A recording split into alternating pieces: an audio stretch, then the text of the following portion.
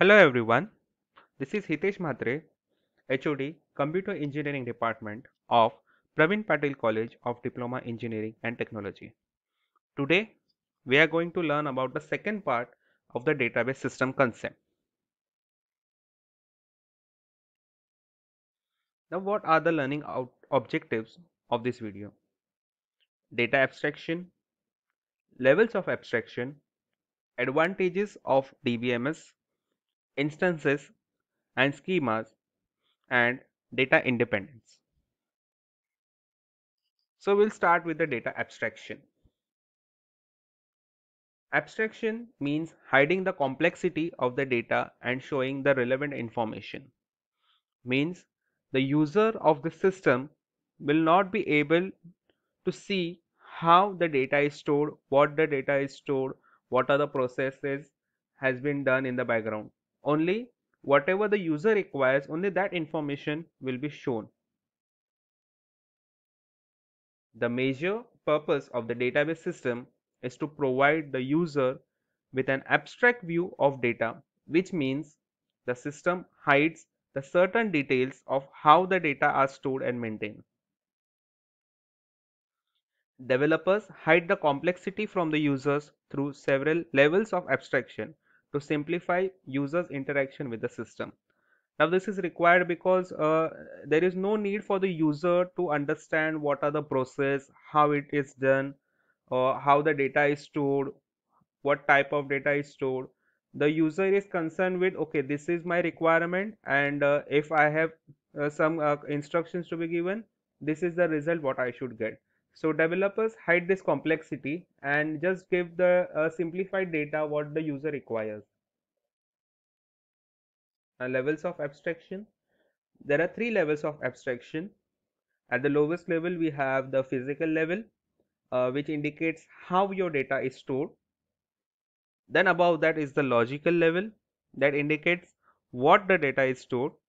And above that is the view level. Now you can see in the view level, there are different views like view 1, view 2, up to say view n. Now these views are nothing but the data which user can see. So this view 1 means is the data what say a user 1 wants to see. View 2 is another representation. Now these views may not be similar. The requirement of user 1 may be different, requirement of user 2 may be different.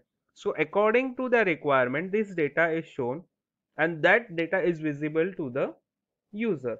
So they are not concerned with what data is stored, how data is stored in this physical and logical level. So physical level, the lowest level of abstraction that describes how the data are actually stored and how to retrieve those data. So there are different instructions like how the data is to be stored, how you should retrieve this data.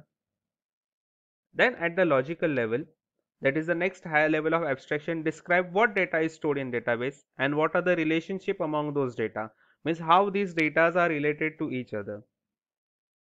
Next we have a view level. This is the highest level of abstraction. This describes the only part of the database. Many users of the database do not need all information of the database. Instead, they need to access only a part of the database. So like I have discussed in the diagram also, the views that depends on the users. Now users need not require the complete information of the database. According to the requirement, they will have different types of views. Now the advantages of DBMS. In the previous video, we have seen the disadvantages of a file processing system. Now these advantages are what it has overcome over the file processing system, like improved data sharing, improved data security, better data integration, controlling the data redundancy, data consistency, data atomicity, and data concurrency. So we will see one by one how there are the advantages over the file processing system. Improved data sharing. DBMS helps to create an environment in which end users have better access to more and better managed data. Now, since it is a structured form, so users have better access and a better way of accessing the data. Such access makes it possible for end users to respond quickly to the changes in the environment. Now, since it is in sharing, so if there is some changes, it is quickly responded. The changes are reflected instantly so that the sharing of the data is done properly. Improved data security. The more users access the data, there is a greater risk of data security breaches. Means if there are more than one user accessing this data, there is a possibility that another user who do not have access to certain part will have the access in the file processing system. But corporations invest considerable amount of time, efforts and money to ensure that the data is used properly. Like we have seen, the HR management will look to the payroll, the sales department will look to the maybe the sales report. It provides a framework for a better enforcement of data privacy and security policies. Like they will be having access to different access to different users, so they can access only the particular part of the database. Better data integration.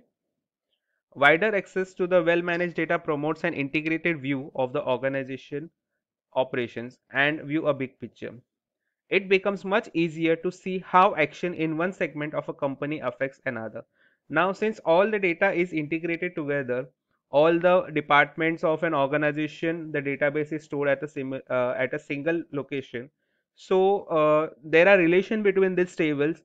So it becomes easier to see if there is a changes in one segment of a company, the changes are get reflected to the another segment of the company as well. So there is no need to manage different segments separately. Then controlling the data redundancy. As the data of an organization is integrated into the single database, the data is recorded in only one place in the database and it is not duplicated. So whether there are different sections, still the entry point is only the one where the data is stored. So there is a possibility of duplication is reduced. Then we have data consistency. Now data consistency exists when different versions of the same data appear in the different places. We have seen in the disadvantage that different versions create problem while creating an new application. But because of database management system, you can have the different version of the same data in the different locations. Now this is because the main data is stored in a single file or a single location. You have different types of views that will help you in having different version of the data at a different location. Data atomicity. Any computer system transaction in a database is called as the atomic unit. DBMS completes the transaction, and if there is a transaction that is partially completed, then it will again roll back to the consistent state. So like before, it will go back to the state where it was before the failure occurs. Data concurrency. Concurrent access to the data means more than one users are accessing the same data at the same time. Anomalies occurs when changes made by one user get lost because of the changes made by another user. Now for this, generally we have locking system to stop these anomalies, and file system does not provide any procedures to stop these anomalies. But in DBMS, like if one user is accessing a certain kind of data, there is a locking system wherein if there is a lock, you can only read the data but you cannot modify the data. Once the lock has been released, then only you can modify the data. So in this helps in data concurrency. Next we have instances and the schemas. Now what is an instance?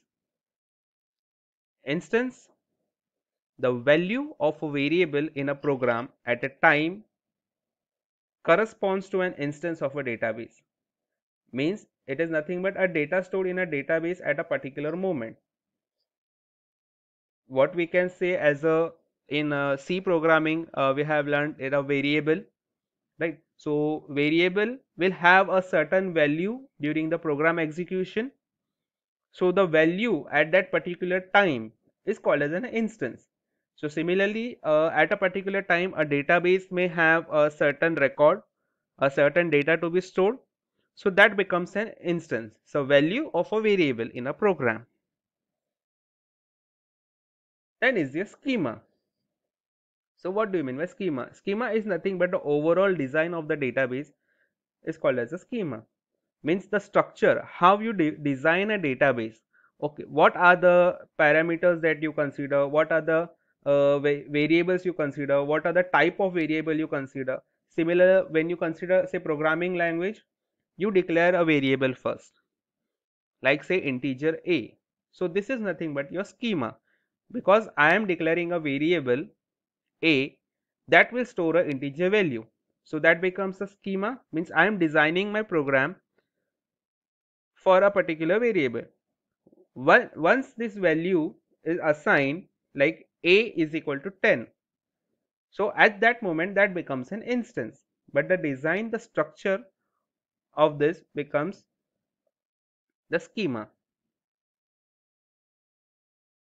Then we have data independence, the capacity to change the schema definition at one level of database system without having to change the schema definition on the next level is called as a data independence.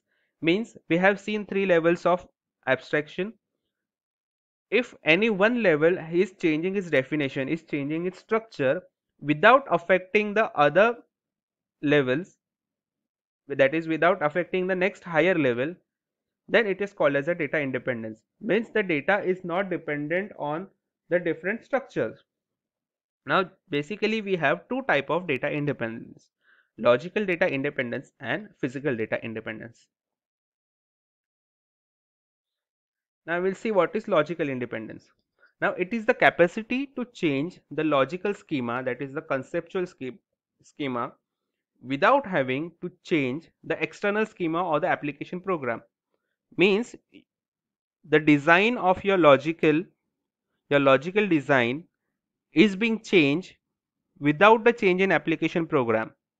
So if this is possible, then it is called as a logical data independence. Similarly, we have physical data independence.